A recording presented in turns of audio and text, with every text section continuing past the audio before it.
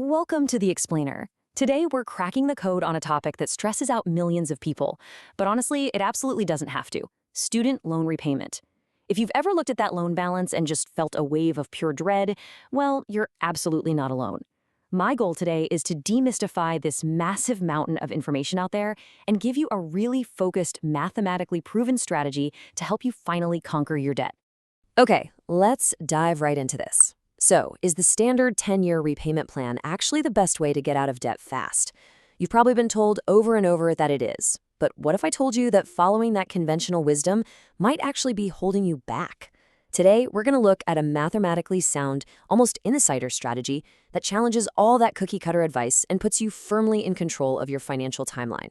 Here's our roadmap for this explainer. We're going to cover 1. The student debt landscape, 2. Choosing a repayment plan, 3. The debt avalanche strategy, 4. Turbocharging your payments, and 5. Forgiveness and avoiding pitfalls. Let's get right to it.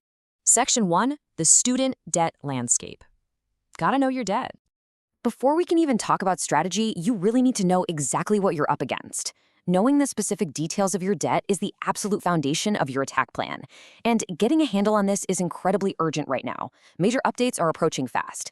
The One Big Beautiful Bill Act, or OOBBBA, is set to update federal repayment plans starting July 1, 2026. Because of those drawn-out court battles regarding previous models, like the SAVE plan, these upcoming changes mean you absolutely need to understand your current options before the new rules actually take effect. You want to be proactive here, not reactive, when the ground shifts underneath your repayment plan next month.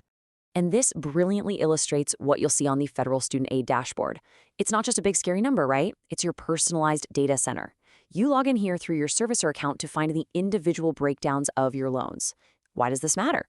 Well, because you likely don't just have one big loan. You probably have multiple separate loans from different semesters, each carrying totally different interest rates, all secretly bundled into one monthly payment that basically hides the details.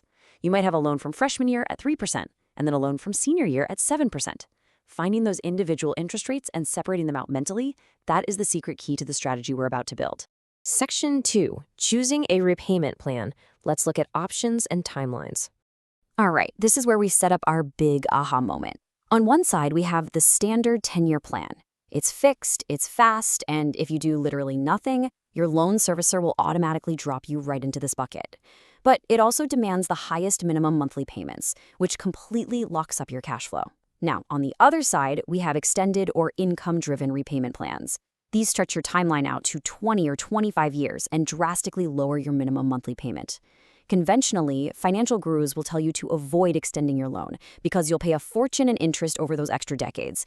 But as we're about to see, strategically opting for the plan with the lowest minimum payment might actually be your secret weapon to becoming debt-free a whole lot faster. Section 3. The debt avalanche strategy. Time to minimize your interest. So, the crucial point is, how do we leverage those low minimum payments to conquer the absolute monster that is compound interest? We use a highly effective 4-step optimization method. Step 1, set up auto debit. Step 2, choose the avalanche method. Step 3, pick the right repayment plan. And step 4, make payments early. This specific sequence is the key to unlocking your financial freedom. Let's break them down.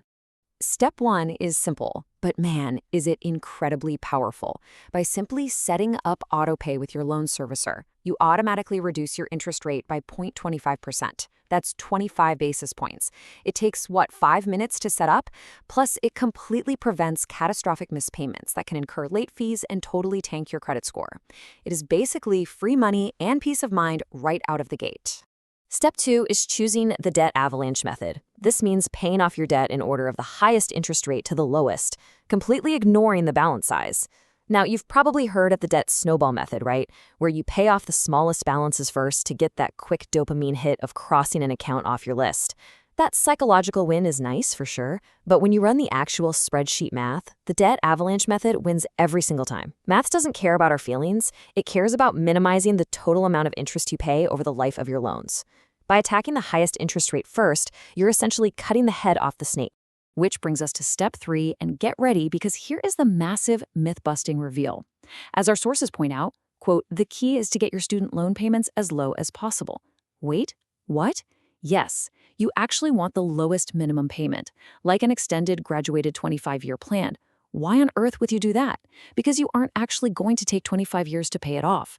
By minimizing the required payment across all those little individual loans we saw on the dashboard earlier, you totally free up your cash flow. You then redirect all that extra cash specifically toward the principal of your single highest interest loan. You're essentially starving the low interest loans, giving them just the bare minimum they need to survive so you can brutally attack the high interest one. Section 4. Turbocharging your payments. Let's accelerate your payoff. Now, what's really interesting about this is seeing the math in action, because the numbers are just undeniable.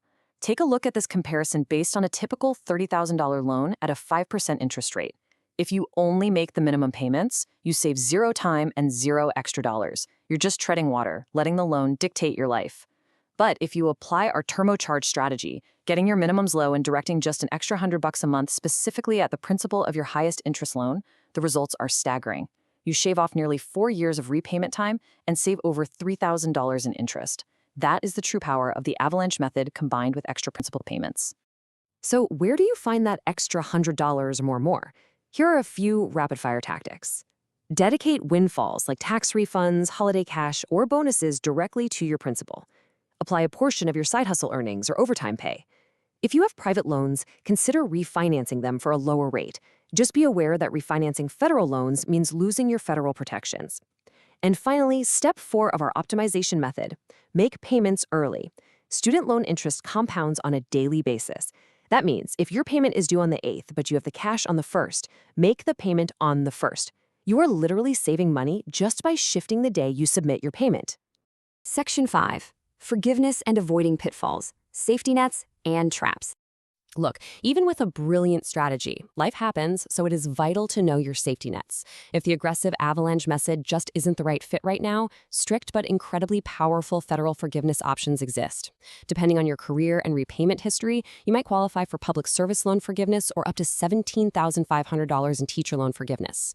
There's also income-driven repayment forgiveness, which actually forgives any remaining balance after 20 or 25 years of qualifying payments, as well as total and permanent disability discharge. These programs have very specific criteria, so you absolutely must confirm your eligibility and keep your paperwork flawless. But whatever path you choose, you really have to avoid the common pitfalls. On one hand, we have deferment and forbearance. While they offer temporary relief if your income drops, beware. Interest continues to accrue and secretly inflates your loan balance in the background. And on the other hand, missed payments. This is absolutely disastrous. It damages your credit score, triggers late fees, and eventually leads to default. The strategy we covered earlier, choosing the lowest minimum payment, actually acts as a fantastic buffer specifically to help you avoid ever missing a payment when times get tough. If you lose your job, a low minimum payment is vastly easier to scrape together than the massive payment required by that standard 10-year plan.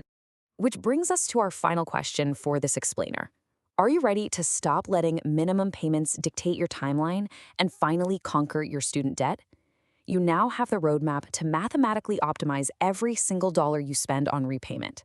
Don't wait on this. Log into your dashboard today, find those individual interest rates, and start building your avalanche. Thank you so much for joining me for this explainer. I really hope you feel empowered to take control of your financial future. So, what are you going to do with the extra years of freedom you just bought yourself?